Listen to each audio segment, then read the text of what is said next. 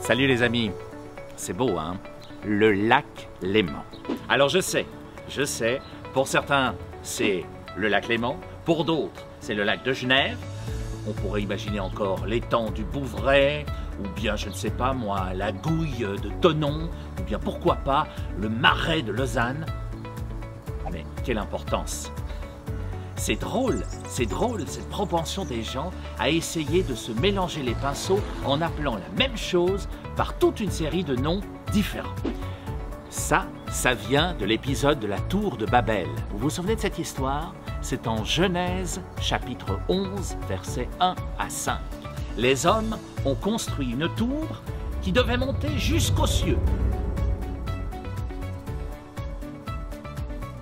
Ça fait haut, hein? Évidemment, c'est pas d'hier que les hommes veulent se prendre pour des dieux ou le rejoindre. Quand Dieu a vu ça, qu'est-ce qu'il a fait? Il a mélangé les langues des hommes. Et c'est depuis ce jour-là qu'on parle tous des langues différentes. Avec Babel, on était dans l'Ancien Testament. Mais on fête la Pentecôte actuellement. Alors je vous emmène dans le Nouveau Testament. Venez avec moi.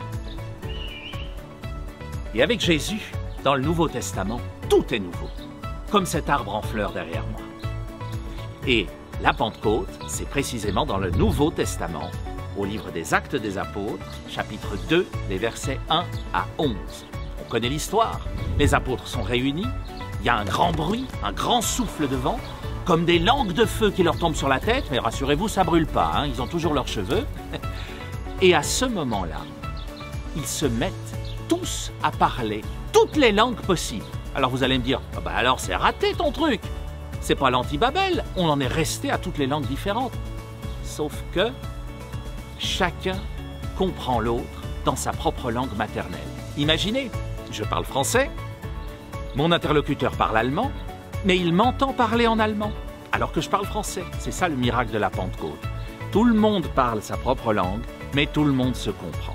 Alors chers amis, puisque c'est Pentecôte, si nous essayons tous de parler la même langue, pour une fois, peu importe que ce soit le lac Léman, le lac de Genève, ou que sais-je encore, le même langage, c'est le langage de l'amour.